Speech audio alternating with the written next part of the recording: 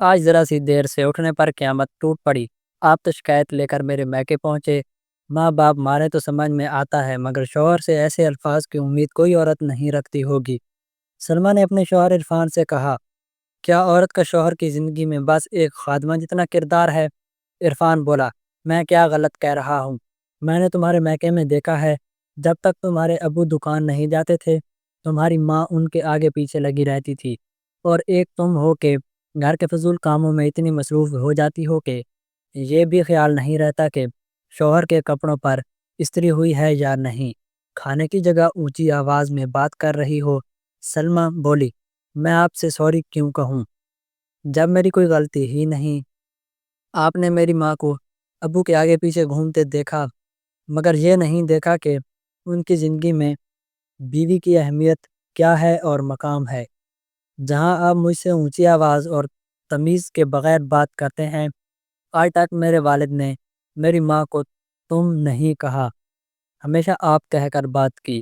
عرفان بولا، سنا امی، عشق کے شوق تو دیکھو، یہ چاہتی ہے میں اسے آپ کہہ کر بات کروں۔ ارے جو بیویاں شوہروں کو آپ کہہ کر بات کرتی ہیں، وہ اپنے شوق اپنے میکے میں ہی رکھیں، خواب وہی دیکھو جو پورے ہو سکیں۔ اتنا کہہ کر عرفان ہنسنے لگا۔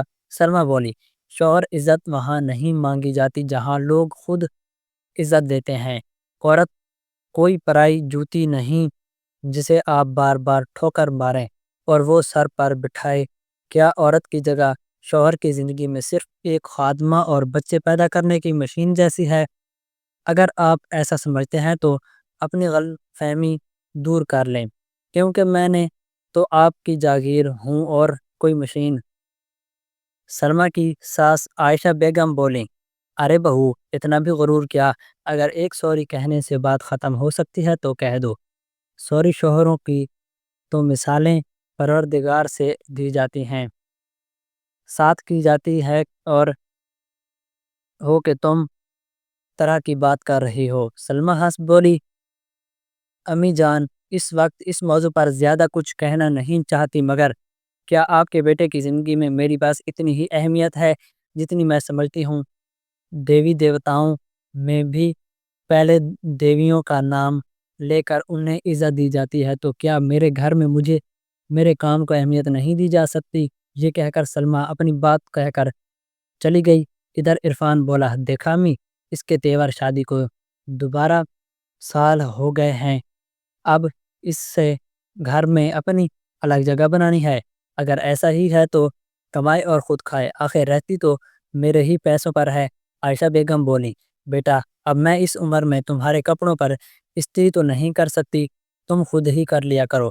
بہو کو چند دن ایسے ہی چھوڑ دو، کیونکہ کل کو جو تم کھاؤ گے آخر وہی تو بنائے گی۔ یہ کہہ کر عائشہ بیگم اپنے کمرے میں چلی گئیں اور عرفان کو اپنے کپڑوں پر استری خود کرنی پڑی۔ کچھ دن تک ایسا ہی چلتا رہا۔ سلمہ گھر کے کام کرتی رہی، مگر عرفان کا کوئی کام نہیں کرتی تھی، جس سے عرفان کو بہت پریشانی ہونے لگی۔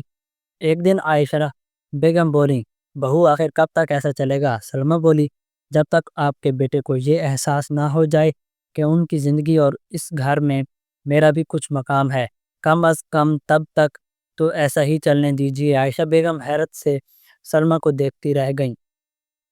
ایک دن دفتر میں عرفان کے دوست نے کہا، عرفان بھائی، لگتا ہے بھابھی ناراض ہیں، تبھی آپ آج کل نہ ٹھیک سے استری شدہ کپڑے پہن رہے ہیں اور نہ ہی ٹفن لے کر آتے ہیں۔ یہ سن کر عرفان کو بہت برا لگا۔ گھر آ کر اس نے سلمہ کو سناتے ہوئے ماں سے کہا، امی، بیوی اپنا فرض چاہے نہ نبھائے، مگر شوہر اپنی کمائی سے پورا گھر چلا کر اپنا فرض ادا کرتا ہے۔ عرفان کی باتیں سلمہ کو بہت چبھیں، مگر اس نے کچھ نہ کہا۔ اگلے دن اس کی پڑوسن اور شاہتوں ہی باتوں میں بولی، بھابھی، سائنس اور ریاضی میں آپ کی پکڑ بہت اچھی ہے، اسی لیے آپ کے دونوں بچوں کے نمبر بہت اچھے آتے ہیں۔ آپ کسی سکول میں یا پھر ٹیوشن سینٹر کیوں نہیں شروع کرتی؟ کمائی بھی ہو جائے گی اور ہمارا بھی بھلا ہو جائے گا۔ وہیں بیٹھی عائشہ بیگم بولی، اور شاہ بیٹا، میرے عرفان کی کمائی کوئی کم نہیں، پھر بہو کو یہ سب کرنے کی کیا ضرورت ہے؟ ورشا بولی، خالہ، میرا وہ مطلب نہیں تھا، اور یہ بات پیسوں کی نہیں، میں تو بس بھابھی کے ہنر کو کم نہ کم سمجھنے کی بات کر رہی ہوں۔ اکثر گھروں کی عورتوں کو لوگ اہمیت نہیں دیتے، جیسے گھر کی مرغی دال کے برابر۔ یہ کہہ کر وہ ہنسنے لگی اور تھوڑی دیر بعد چلی گئی۔ ورشا کی باتیں سلمیٰ کے دماغ میں گھومتی رہیں۔ عائشہ بیگم بولی، بہو اس کے بہکاوے میں مت آنا۔ بچوں کو پڑھانا اور پیسے کے چکر میں کہیں اپنے گھر کے لیے وقت نہ ملے، کیونکہ میں اس عمر میں گھر کے کام نہیں کر سکتی، یہ پہلے ہی کہہ دیتی ہوں۔ یہ کہہ کر عائشہ بیگم بھی چلی گئیں۔ سلمیٰ نے اپنے گراج میں ٹیوشن شروع کر دی۔ دیکھتے ہی دیکھتے 10-15 بچوں کے 2-3 بچے بن گئے۔ اچھی خاصی کمائی ہونے لگی اور سلمیٰ گھر کے کام بھی وقت پر کر لیتی تھیں۔ اس بات سے عائشہ بیگم اور عرفان بہت ناراض تھے۔ کچھ عرصہ ایسے ہی چلتا رہا۔ سلمیٰ اس وقت بچوں کو پڑھا رہی تھیں۔ ادھر عرفان کو روز یہ احساس ہونے لگا کہ پہلے جب وہ دفتر سے جلدی یا تھکا ہارا آتا تھا تو سلمیٰ گرم گرم چائے اور ناشتہ دے دیتی تھی، اور بدلے میں بس عزت کے 2 لفظ ہی تو چاہتی تھی۔ رات کو جب سلمیٰ نے کھانے کی میز پر سب کو بلائے تو عرفان نے کھانے سے انکار کر دیا۔ عائشہ بیگم بولی، بہو کہیں تم اپنی اہمیت کے چکر میں اپنے گھر کی ہستی نہ بگاڑ لو۔ سلمیٰ بولی، امی جان تو کیا میں غلط ہوں؟ کیا اس گھر میں اور آپ کے بیٹے کی زندگی میں میرا کوئی مقام؟ عائشہ بیگم بولی، بہو ایک بار بیٹھ کر سکون سے بات کر لو، کہیں ایسا نہ ہو کہ ان باتوں کا اثر بچوں پر پڑے۔ یہ کہہ کر عائشہ بیگم بچوں کو لے کر سونے چلی گئی۔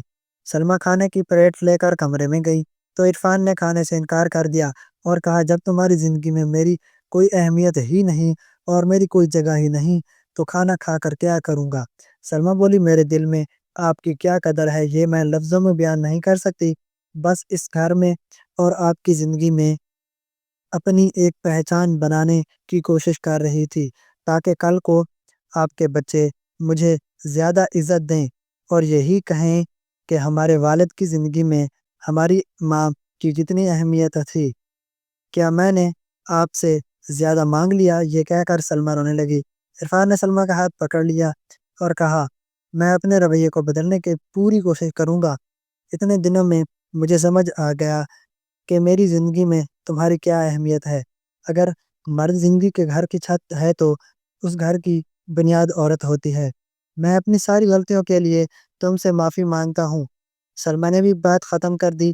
اگلے دن سے عرفان اپنے چھوٹے موٹے کام خود کرنے لگا اور سلمیٰ کا پورا ساتھ دینے لگا۔ عائشہ بیگم کو بیٹے کے بدلتے رویے پر خوشی تو تھی، مگر بہو کی بات مان لی گئی اس بات کا انہیں دکھ تھا، کیونکہ اب بیٹا ماں سے زیادہ بیوی کو اہمیت دینے لگا تھا، اور کہیں نہ کہیں عائشہ بیگم کو یوں محسوس ہونے لگا جیسے اس گھر میں ان کا راج ختم ہو رہا ہو۔ دوستو، امید کرتا ہوں آپ کو آج کی ہماری کہانی پسند آئی ہوگی۔ اگر آپ کو ہماری آج کی کہانی پسند آئی ہو تو ہمارے چینل شعیب سٹوریز کو سبسکرائب کر دیں اور بیل آئیکن کو دبانا نہ بھولیں، تاکہ ہماری آنے والی ویڈیو سب سے پہلے آپ تک پہنچے۔ ملتے ہیں ایک نئی اور دلچسپ کہانی کے ساتھ، تب تک کے لیے اللہ حافظ۔